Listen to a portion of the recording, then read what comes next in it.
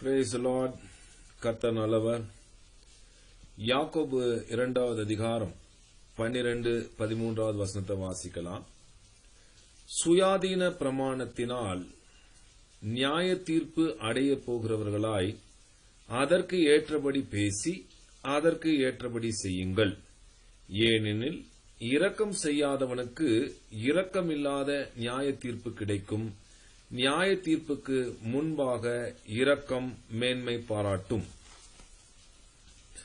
சுயாதீன பிரமாணத்தினால் நமக்கு இப்பொழுது தேவனுடைய பிள்ளைகளாக கிறிஸ்து இயேசுவின் மூலமாக தேவனுடைய பிள்ளைகளாக இருக்கிற நமக்கு இன்னைக்கு என்ன பிரமாணம் இருக்கிறது? சுயாதீன பிரமாணம். நமக்கு மனசாட்சியும் கிடையாது. மனசாட்சியினால நாம நியாயம் தீர்க்கப்பட போவதும் கிடையாது. நியாய பிரமாணமும் நமக்கு கிடையாது. நியாய பிரமாண சட்டங்களும் கிடையாது. அதனால நியாய பிரமாணத்தினால நம்ம நியாயம் தீர்க்கப்பட போவதும் இல்லை. ஆனால் வேதம் சொல்லுகிறது, இந்த சுயாதீன பிரமாணத்தினால் நாம் நியாய தீர்ப்பு அடைய போகிறவர்கள். இந்த சுயாதீன பிரமாணத்தினால், சுயாதீன பிரமாணம்னால் என்ன சொல்ல வருகிறது? விடுதலை ஆக்கின பிரமாணம். நம்மை விடுதலை ஆக்கின பிரமாணம். பாவம் மரணத்திலிருந்து விடுதலை ஆக்கின பிரமாணம். நியாய பிரமாணத்திலிருந்து நம்மளை விடுதலை ஆக்கின இந்த பிரமாணம். இது என்ன பிரமாணம்? ஆண்டவருடைய கிருபையின் பிரமாணம். கிருபையினால நாம பாவம் மரணம் என்கிற பிரமாணங்களிலிருந்து நாம் விடுதலையாக்கப்பட்டவர்கள் இல்லையா? நியாய பிரமாணத்து சட்டத்திலிருந்து விடுதலையாக்கப்பட்டவர்கள். அப்படிப்பட்ட நமக்கு இதே சுயாதீன பிரமாணத்தினால் நியாய தீர்ப்பு அடைய போகிறோம் என்று இந்த யாக்கோபு புஸ்தகத்தில் மிக தெளிவாய் எழுதியிருக்கிறது. இதை எப்படி அநேக போதகர்களுடைய கண்களுக்கு இத்தனை வருடம் மறைந்திருக்கிறது என்றுதான் எனக்கு புரியாத புதிராக இருக்கிறது.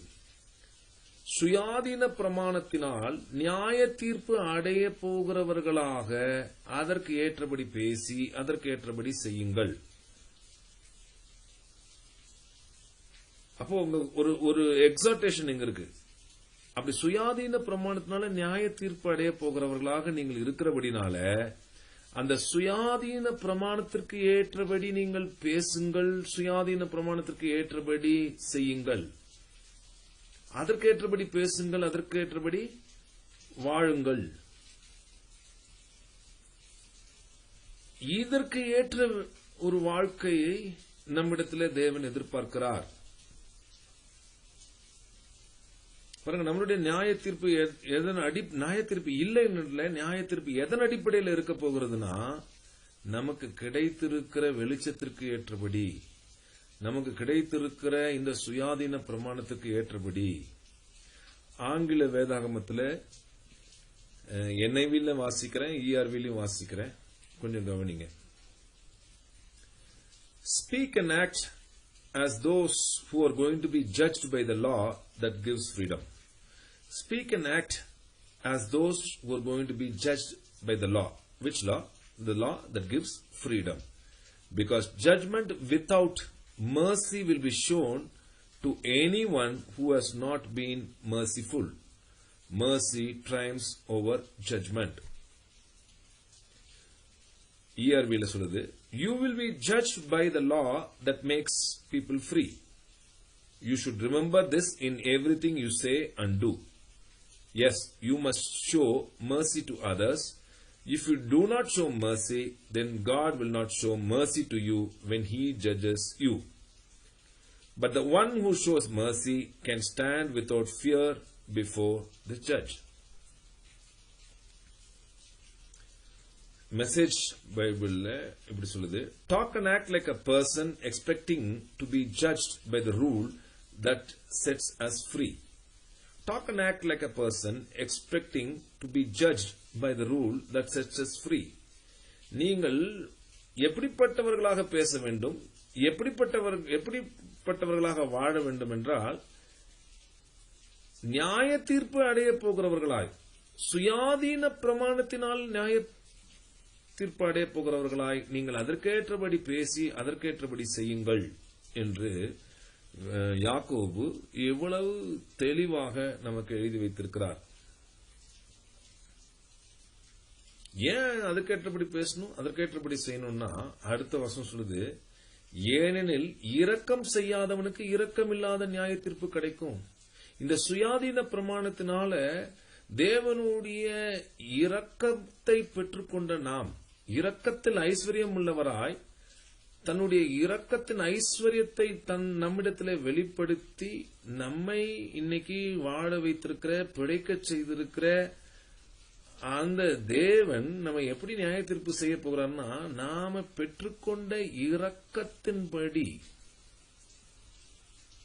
அதான் சொல்லிருக்கு, இரக்கம் செய்யாதவனுக்கு இரக்கமில்லாத நியாயம் தீர்ப்பு கிடைக்கும். யார் இந்த இரக்கம் செய்யாதவனாக ஆரம்பிக்கிறாரு? இரக்கத்தை பெற்றுக்கொண்டு, இப்படி தேவனுடைய இரக்கத்தை பெற்றுக்கொண்டு இரக்கம் செய்யாதவனாக இருப்பானே, ஆனால் அவனுக்கு இரக்கமில்லாத நியாய தீர்ப்பு கிடைக்கும். நியாய தீர்ப்புக்கு முன்பாக இரக்கம் மேன்மை பாராட்டும் என்றால், ஒருவன் நியாய தீர்ப்புக்கு முன்னாடி அவன் மாத்திரம் அடுத்தவர்களுக்கு இரக்கம் காட்டுகிறவனாக இருப்பானே, ஆனால் தான் தேவனிடத்தில் பெற்றுக்கொண்ட இரக்கத்தை எப்பொழுதும் இருதயத்தில் வைத்துக் கொண்டவனாய் அடுத்தவர்களுக்கும் இரக்கம் காட்டுகிறவனாய் இருப்பானே, ஆனால் அவன் நியாய தீர்ப்பு நாளை தைரியமாக சந்திக்கலாம். அதான் இந்த இங்கிலீஷ்ல சொல்லும் போது, if you do not show mercy, then God will not show mercy to you when he judges you. But the one who shows mercy can stand without fear before the judge.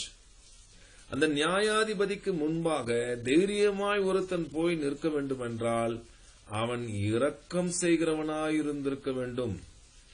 இவ்வளவு இரக்கத்தை பெற்றுக்கொண்ட ஒருவன் இரக்கம் செய்கிறவனாக அந்த நியாயாதிபதிக்கு முன்பாய் போய் நிற்பானே, ஆனால் அவன் தைரியமாக போய் நிற்க முடியும். இல்லன்னா கண்டிப்பாக அந்த இரக்கம் இல்லாதவனுக்கு இரக்கமில்லாத நியாய தீர்ப்பு தான் கிடைக்கும் என்று தெளிவாய் சொல்லப்பட்டிருக்கிறது. இது சபைக்கு எழுதப்பட்டது தானே.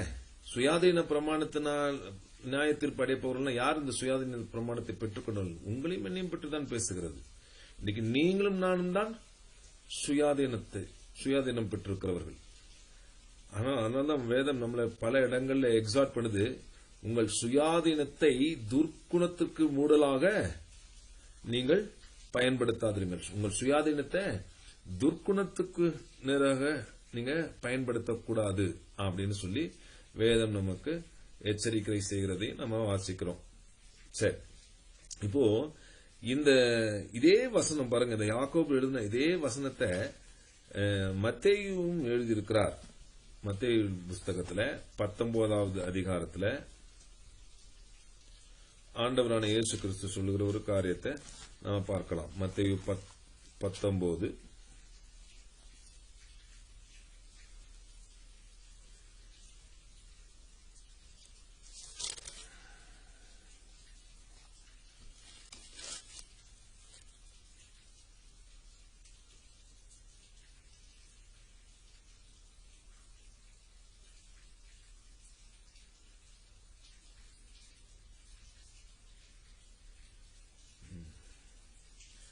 மத்தேயு 18வது அதிகாரம்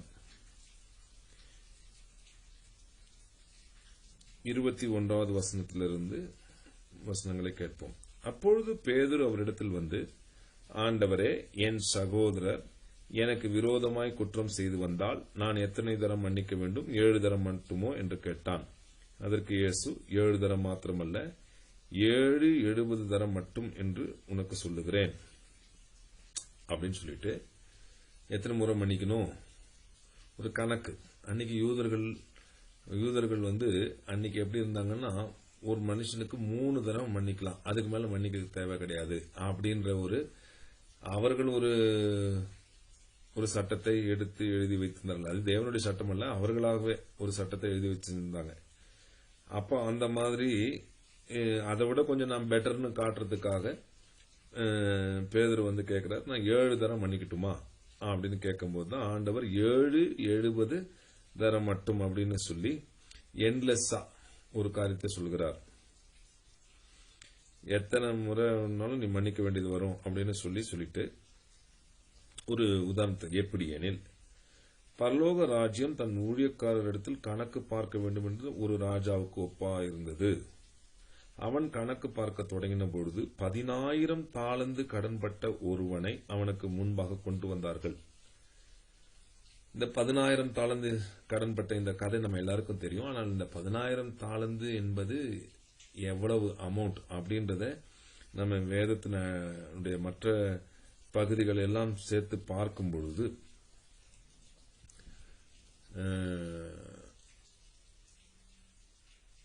இவன் கடன் பட்டிருக்கிற பணம் ஒரு தேசத்தினுடைய ஒரு வருட செலவு.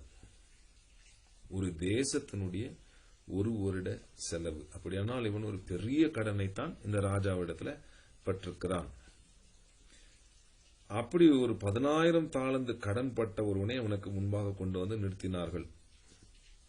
கடனை தீர்க்க அவனுக்கு நிர்வாகம் இல்லாதபடினால் அவனுடைய ஆண்டவன் அவனையும் அவன் பெண்ஜாதி பிள்ளைகளையும் அவனுக்கு உண்டான எல்லாவற்றையும் விற்று கடனை தீர்க்கும்படி கட்டளையிட்டான். இப்போ அதை பொண்டாட்டி பிள்ளைங்களை விற்கிறதுனால அந்த கடனை அடைக்க முடியுமான்னு பார்த்தா கிடையாது. தட் மீன்ஸ் இந்த இடத்துல எதற்காக அது அப்படி எழுதி வைக்கப்பட்டிருக்கா, அப்படியானால் அவன் அப்படிப்பட்ட இயலாத, முடியவே முடியாத, இம்பாசிபிள் அப்படிப்பட்ட ஒரு சூழ்நிலையில இந்த கடன்காரன் இருக்கிறதை பார்க்கிறோம்.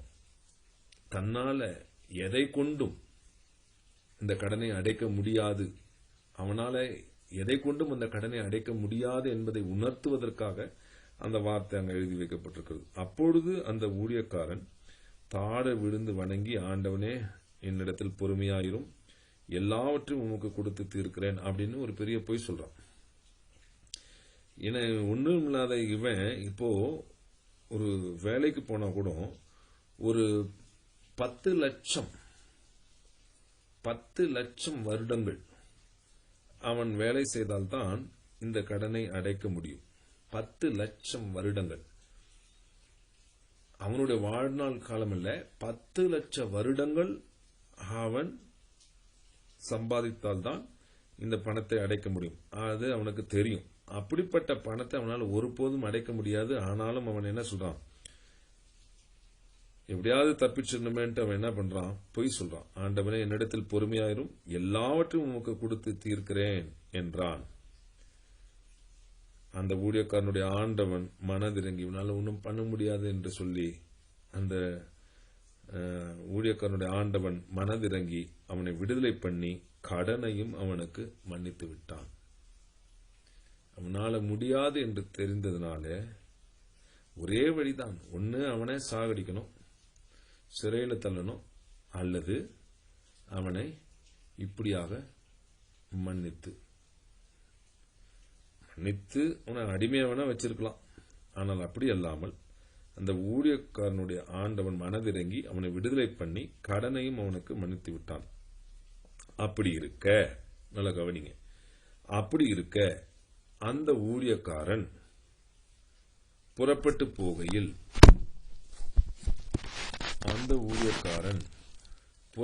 போகையில் தன்னிடத்தில் 100 வெள்ளிப்பணம் கடன் பட்டிருந்தவனாகிய தன் உடை வேலைக்காரரில் ஒருவனை கண்டு அவனை பிடித்து தொண்டையை நெரித்து, நீ பட்ட கடனை எனக்கு கொடுத்து தீர்க்க வேண்டும் என்றான்.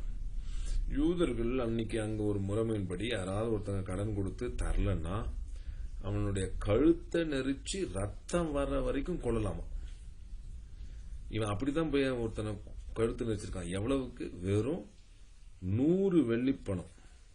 இவனுக்கு மன்னிக்கப்பட்டிருக்கிறது எவ்வளவு? இந்த 100 வெள்ளிப்பணம்ன்றது ஒருத்தன் 3 மாசம் வேலை செய்தால் அடைத்து விடக்கூடிய பணம். ஆனால் இவனுக்கு மன்னிக்கப்பட்டது எவ்வளவு? 10 லட்சம் வருடங்கள் வேலை செய்தால் கூட அடைக்க முடியாத ஒரு கடனை அந்த ராஜா மன்னித்து அனுப்புகிறார். ஆனால் இவனோ வெளியில வந்து இவனுக்கு வெறும் 100 வெள்ளிப்பணம் தரக்கூடிய ஒருத்தனை தேடி போய் கண்டுபிடித்து, கண்டுன்னு போட்டிருக்கலையே, அது இங்கிலீஷ்ல he went and caught hold of him, அவன் தொண்டையை நெரித்து நீ பட்ட கடனை எனக்கு கொடுத்து தீர்க்க வேண்டும் என்றான். அப்பொழுது அவனோட உடையவன் வேலைக்காரன் அவன் காலில் விழுந்து, என்னிடத்தில் பொறுமையாயிரும், எல்லாவற்றையும் உமக்கு கொடுத்து தீர்க்கிறேன் என்று அவனை வேண்டிக் கொண்டான். இதே வார்த்தை அவன் சொன்னான் அந்த ராஜா கிட்ட. அதே வார்த்தை இப்ப இவங்கிட்ட ஒருத்தன் சொல்றான், என்னிடத்தில் பொறுமையாயிரும், எல்லாவற்றையும் உங்களுக்கு கொடுத்து தீர்க்கிறேன் என்று அவனை வேண்டிக் கொண்டான். அதுவும் கொடுத்து அடைக்கக்கூடிய ஒரு கடன். இவன் பற்றிருந்த கடனை போல அல்ல, இது கொடுத்து அடைக்கக்கூடிய ஒரு கடன். அப்படி அவன் சொல்றான், நான் எப்படியாவது உங்களுக்கு இதை செட்டில் பண்ணிடுறேன் அப்படின்னு கேட்கும்போது அவனோ சம்மதியாமல் போய் அவன் பட்ட கடனை கொடுத்து தீர்க்கும் அளவும் அவனை காவலிலே போடுவித்தான். நடந்ததை அவனுடைய உடன் வேலைக்காரர் கண்டு மிகவும் துக்கப்பட்டு ஆண்டவனிடத்தில் வந்து நடந்தது எல்லாம் அறிவித்தார்கள். அப்பொழுது அவனுடைய ஆண்டவன் அவனை அழைப்பித்து, பொல்லாத ஊழியக்காரனே, நீ என்னை வேண்டிக் கொண்டபடினால் அந்த கடன் முழுவதையும் உனக்கு மன்னித்து விட்டேன். நான் உனக்கு இறங்கினது போல் நீயும் உன் உடன் வேலைக்காரனுக்கு இறங்க வேண்டாமோ என்று சொல்லி அவனுடைய ஆண்டவன் கோபமடைந்து அவன் பட்ட கடனையெல்லாம் தனக்கு கொடுத்து தீர்க்கும் அளவும் உபாதிக்கிறவர்களிடத்தில் அவனை ஒப்புக் கொடுத்தான். மன்னிக்கப்பட்டு விடுதலையாக்கப்பட்டு போனவன் இப்ப திருப்பி எங்க இருக்கிறான்? அந்த மன்னிப்பு எல்லாம் ரத்தாயி, விடுதலை எல்லாம் ரத்தாயி, இப்ப சிறையில அடைக்கப்பட்டு உபாதிக்கிறவர்களிடத்தில் அவனை ஒப்பு கொடுக்கப்பட்டிருக்கிறான். காரணம் என்ன? இவனுக்கு இவ்வளவு பெரிய இரக்கத்தை நம்ம செஞ்சிருக்கிறோம். இந்த ராஜாவுக்கு ஆச்சரியமா இருந்திருக்கும் இவனுடைய புத்தி. இவ்வளோ பெரிய கடனை இவனுக்கு அடைச்சிருக்கிறோம், இவன் எப்படா போய் ஒரு 100 வெள்ளிப்பணம் கொடுக்கிறவனோட கழுத்தை நெரிச்சிருக்கிறான் அப்படின்னு ராஜா என்ன பண்ணிருக்காரு, ரொம்பவுமே ஆச்சரியத்தோட வேதனையோட ஆச்சரியத்தோட அவன் என்ன பண்றாரு, இவனை தண்டிச்சே ஆகணும்னு சொல்லிட்டு அவனுடைய ஆண்டவன் கோபம் அடைந்து அவன் பட்ட கடனையெல்லாம் தனக்கு கொடுத்து தீர்க்கும் அளவும் உபாதிக்கிறவரிடத்தில் அவனை ஒப்புக் கொடுத்தான். இப்ப சொல்லுது, நீங்களும் அவன் தன் சகோதரன் செய்த தப்பிதங்களை மனப்பூர்வமாய் மன்னியாமல் போனால் என் பரமபிதாவும் உங்களுக்கு இப்படித்தான் செய்வார், இப்படியே செய்வார், இப்படியே செய்வார். இன்னைக்கு பாருங்க, சுயாதீன பிரமாணத்தை அடைந்திருக்கிறோம். பாவம், மரணம் இவைகளிலிருந்து விடுதலையாக்கப்பட்டிருக்கிறோம். You are free from all these things. Grace has done that. அதிக அளவு கிருபை பெற்றிருக்கிறீங்க. ஆனால் இன்னைக்கு அதே கிருபை, அதே இரக்கம், அதே தயவை நம்மளோட இருக்கிற சக சகோதர சகோதரர்களிடத்துல நாம காட்டுறது கிடையாது. இன்னைக்கு நம்மளால மற்றவங்களை மன்னிக்க முடியல. நம்ம பெற்றுக்கொண்ட மன்னிப்பு எவ்வளவு பெரிதுன்னு புரிந்து கொள்ளல. நன்றி சொல்றோம், ஆண்டவருக்கு போய் நன்றி சொல்றோம். ஆனால் உண்மையாகவே நன்றியுள்ளவர்களாக இருப்போமானால், தேவனிடத்தில் உண்மையாவே நன்றியுள்ளவர்களாக இருப்போமானால், தேவனிடத்தில் பெற்றுக்கொண்டது இவ்வளவு பெரிய இரக்கம் என்று நாம் நினைப்போமானால், அந்த நினைவு நம்ம இடத்துல இருக்குமானால், நாம எப்படி இன்னும் மற்றவர்களை மன்னியாது இருக்கோம்? உங்களை மாத்திரம் சொல்ல, என்னையும் சேர்த்து யோசிக்கிறேன். எப்படி நாம மன்னிக்காம இருக்க முடியும்? எப்படி மன்னிக்காம இருக்கிறோம்? எத்தனை பெரிய கொடுமையானவர்கள் என்பதை பாருங்கள். நமக்கு நித்திய மன்னிப்பு கிடைத்திருக்கிறது. நித்திய தண்டனைக்கு நம்ம தப்பி வைக்கப்பட்டிருக்கிறோம். தேவனுடைய இரக்கம் அதை நமக்கு மன்னித்திருக்கிறது. நாம செய்தது, தேவனுக்கு செய்தது நித்திய தண்டனைக்கு ஏதுவான துரோகங்களை செய்திருக்கிறோம். ஆனால் மனிதர்கள் நமக்கு செய்வதோ இந்த 100 வெள்ளிப்பணம் போல. நாம் தேவனுக்கு செய்தது இந்த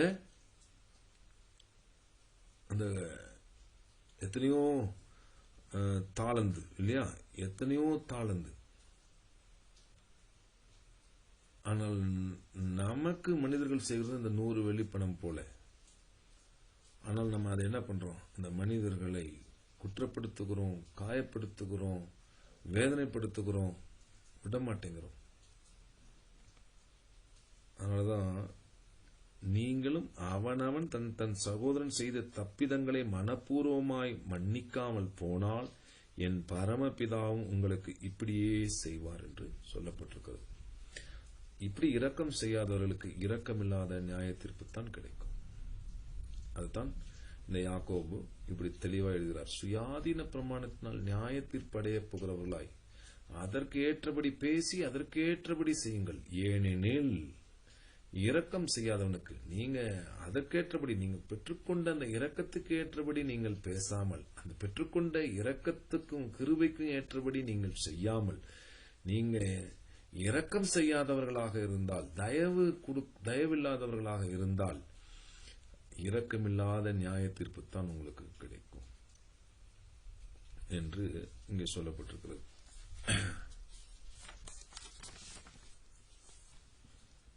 யாக்கோபு புஸ்தகத்துல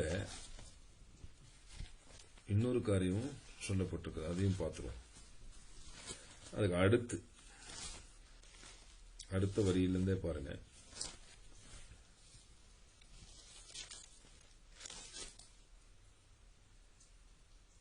என் சகோதரனே, ஒருவன் தனக்கு விசுவாசம் உண்டு என்று சொல்லியும் கிரியைகள் இல்லாதவனால் அவனுக்கு பிரயோஜனம் என்ன?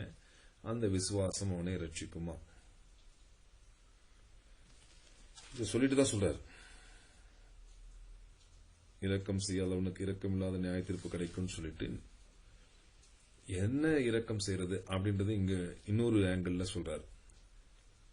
என் சகோதரரே, ஒருவன் தனக்கு விசுவாசம் உண்டு என்று சொல்லியும் கிரியைகள் இல்லாதவனானால் அவனுக்கு பிரயோஜனம் என்ன?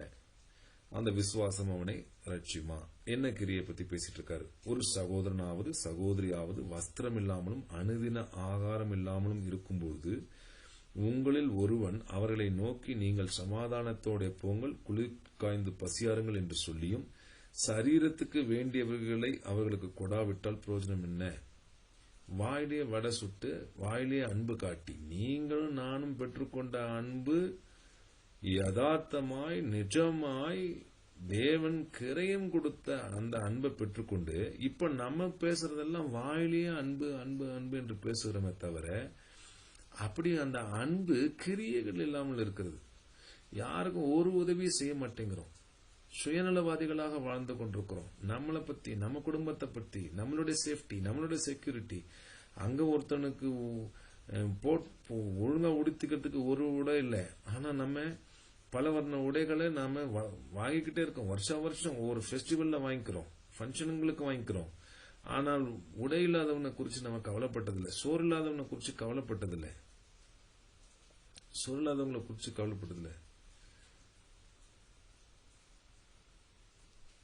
ரோட்ல இருக்கவங்களை குறித்து கவலைப்பட்டதில்லை, அவங்களுக்கு ஏதாவது செய்யணுன்ற எண்ணம் உண்டானதில்லை. ஆனா நம்ம என்ன பண்ணுவோம்? அன்புன்னு பேசுவோம். கஷ்டப்பட்டு வரவங்க கிட்ட போய் உட்காந்துக்கிட்டு உங்களில் ஒருவன் அவர்களை நோக்கி நீங்கள் சமாதானத்தோட போங்கள், குளிர் காய்ந்து பசியாருங்கள் என்று சொல்லியும் சரீரத்துக்கு வேண்டியவர்களை அவர்களுக்கு கொடாவிட்டால் பிரயோஜனம் என்ன? ஒன்னும் இல்ல, ஆண்டவர் பார்த்துப்பாரு, போயிட்டு வாங்க அப்படின்னு சொல்லி நீங்க அனுப்பிச்சீங்கன்னா அவன் பசி ஆறிடுமா? அவனுக்கு சோறு போட வேண்டாமா? அவன் சோறு கொடுக்க வேண்டாமா? வெறும் வார்த்தை என்ன பிரயோஜனம் இருக்கு அப்படின்னு கேட்கிறார். அப்படி விசுவாசமும் கிரியைகள் இல்லாதிருந்தால் தன்னில் தானே செத்ததா இருக்கும். ஒருவன் உனக்கு விசுவாசம் உண்டு, எனக்கு கிரியைகள் உண்டு, கிரியைகள் இல்லாமல் உன் விசுவாசத்தை எனக்கு காண்பி, நான் என் விசுவாசத்தை என் கிரியைகளினாலே உனக்கு காண்பிப்பேன் என்பானே. தேவன் ஒருவர் உண்டென்று விசுவாசிக்கிறாய், அப்படி செய்கிறது நல்லதுதான். பிசாசுகளும் விசுவாசித்து நடுங்குகின்றன. தேவன் மேல விசுவாசமா இருக்கிறேன்னு சொன்னா அது பிசாசும் அப்படி விசுவாசமா இருக்குது. இன்னும் பார்க்க போனா அவன் பயந்து நடுங்கி விசுவாசிக்கிறான். உனக்கும் எனக்கும் அந்த பயமும் நடக்கமும் கிடையாது. ஆனால் தேவன் உண்டு என்று விசுவாசிக்கிறவன் எப்படி இருக்க வேண்டும் என்றால், அவன் தன் விசுவாசத்தை கிரியைகளினாலே வெளிப்படுத்த வேண்டும். தன்னை நேசித்த ஒரு தேவனை விசுவாசிக்கிறவன். அதான் இந்த விசுவாசம். நம்ம விசுவாசம் என்னன்னா, என்னை நேசித்து எனக்காக தன் சொந்த குமாரனுடைய ஜீவனையும் கொடுத்தவர் என்னை நேசிக்கிற தேவன் என்று விசுவாசிக்கிறவன் அவன் என்ன பண்ணுவான்?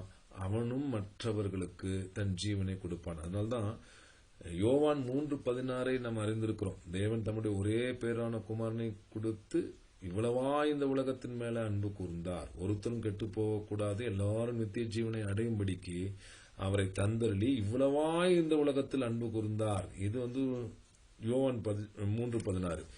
1 யோவான் 3:16 என்ன சொல்லுதுன்னா, அவர் நமக்கு ஜீவனை கொடுத்ததனாலே அன்பு இன்னதென்று அறிந்திருக்கிறோம், நாமும் நம் சகோதரருக்காக ஜீவனை கொடுக்க கடனாளிகளாக இருக்கிறோம் என்று சொல்லப்பட்டிருக்கிறதே.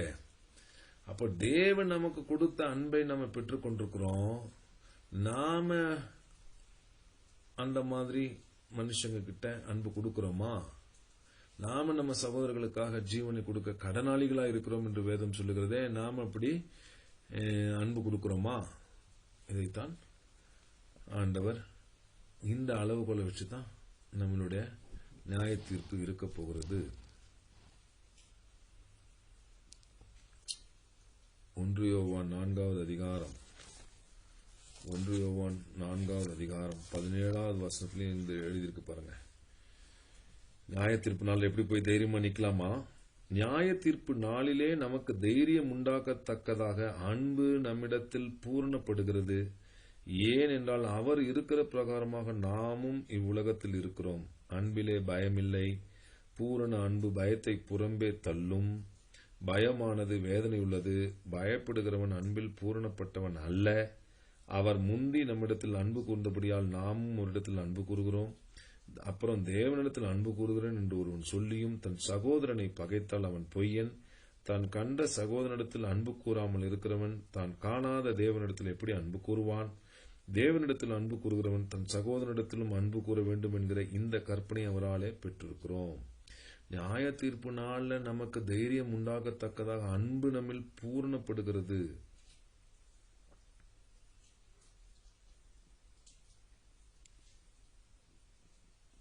நாலாவது அதிகாரத்துல 12வது வசனம் பாருங்க. பிரியமானவர்களே, தேவன் இவ்விதமாய் நம்மிடத்தில் அன்பு கொண்டு, இவ்விதமாய்னா 9-10 வாசிக்கணும். அப்படின்னா தம்முடைய ஒரே பேரான குமாரனாலே நாம் பிழைக்கும்படிக்கு தேவன் அவரை உலகத்திலே அனுப்பினதனால் தேவன் நம்மேல் வைத்த அன்பு வெளிப்பட்டது. அவரால தம்முடைய ஒரே பேரான குமாரனாலே நாம் பிழைக்கும்படிக்கு தேவன் அவரை உலகத்திலே அனுப்பினதனால் தேவன் நம்மேல் வைத்த அன்பு வெளிப்பட்டது. நாம் தேவனிடத்தில் அன்பு கூர்ந்ததனால் அல்ல, அவர் நம்மிடத்தில் அன்பு கூர்ந்து நம்முடைய பாவங்களை நிவர்த்தி செய்கிற கிருபாதார பலியாக தம்முடைய குமாரனை அனுப்பினதுனால அன்பு உண்டாயிருக்கிறது. பிரியமானவர்களே, தேவன் இவ்விதமாய் அன்பு கூறியிருக்க நாம அன்பு வைக்கல, அவர் நம்ம மேல அன்பு வச்சார். அவர் நம்ம மேல அன்பு வச்சு அவர் தம்முடைய குமாரனை அனுப்பி இந்த உலகத்துக்கு அனுப்பி நாம பிழைக்கிறதுக்காக அவரை உபத்திரவப்படுத்தினாரே.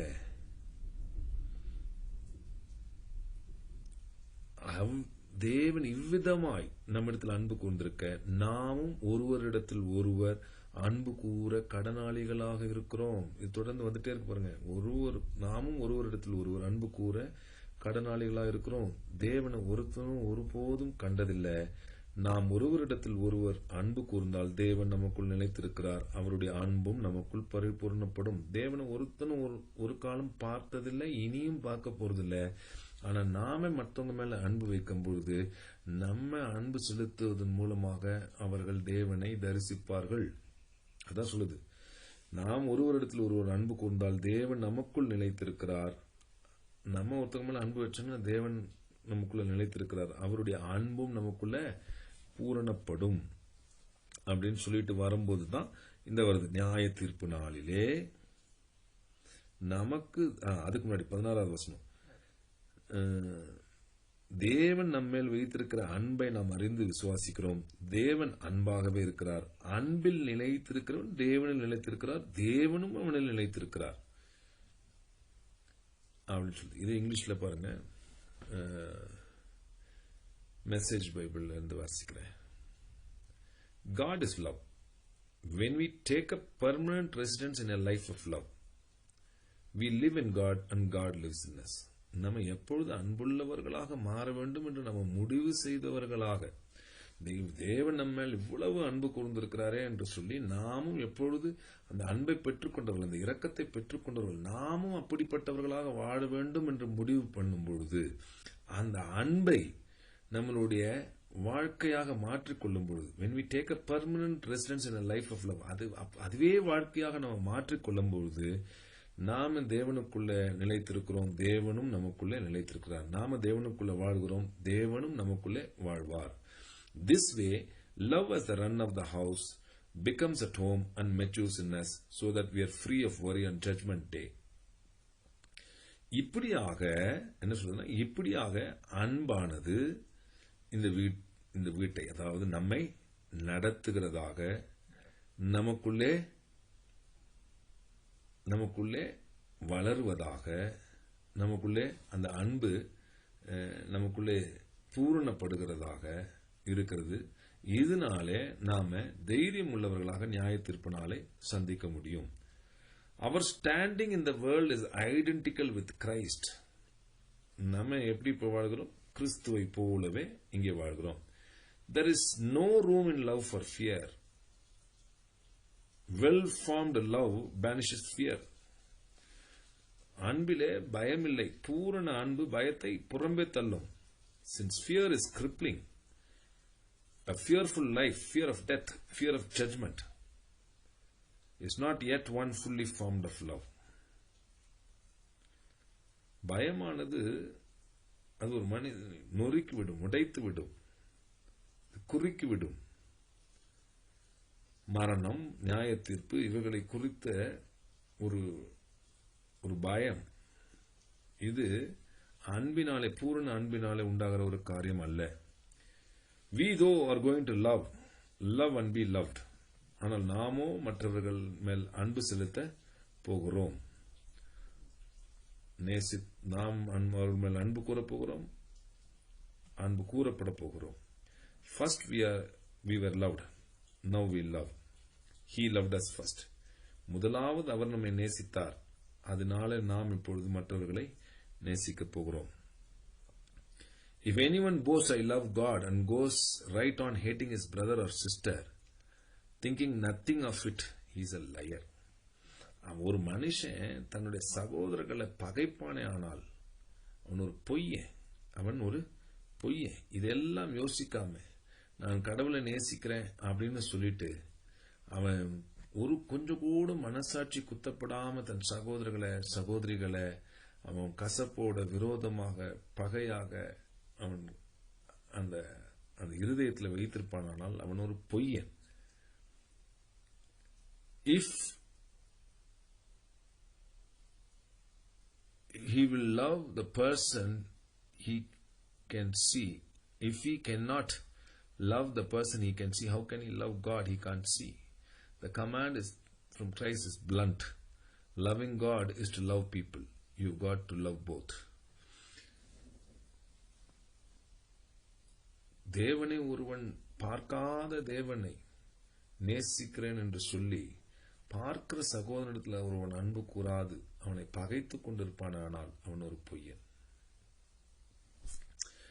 அப்போ நியாய தீர்ப்பு நாளிலே தைரியம் உண்டாயிருக்கத்தக்கதாக அன்பு நம்மில் பரிபூர்ணப்படுகிறது அப்படின்னு இங்க சொல்லப்பட்டிருக்குது. அன்பு நமக்குள்ள இருந்தா நியாய தீர்ப்பு நாளில நாம மனுஷங்கிட்ட அன்போடு இரக்கத்தோடு நம்ம இருப்போமானால் தைரியமாக இந்த நியாய தீர்ப்பு நாளை நாம சந்திக்க முடியும். ஏனென்றால் நாம் கிறிஸ்து இந்த உலகத்தில் இருந்ததை போல நாமும் இருக்கிறோம். அதனாலே நாம என்ன பண்ணலாம்? நியாய தீர்ப்பு நாளில் தைரியமாக போகலாம். எவ்வளவு ஒரு அழகான ஒரு காரியம் இங்க எழுதி வைக்கப்பட்டிருக்கிறது பாருங்க, இல்லையா? அப்படி இல்லாதவர்கள், அப்படி இரக்கத்தை எல்லாம் பெற்றுக்கொண்டு இரக்கமில்லாதவனாய் இருக்கிறவர்களுக்கு இரக்கமில்லாத நியாய தீர்ப்பு கிடைக்கும் என்று இந்த வார்த்தை எழுதி வைக்கப்பட்டிருக்கிறது. இதை தயவு செய்து தியானியுங்கள். இந்த பொய்யான கள்ள உபதேசங்கள் இவைகளுக்கு விலகி இருங்கள். எவ்வளவு தெளிவாக வேதம் இதை பற்றி சொல்லியிருக்கிறது. மீண்டும் இன்னொரு செய்தியில நான் உங்களை சந்திக்கிறேன். தேங்க்யூ.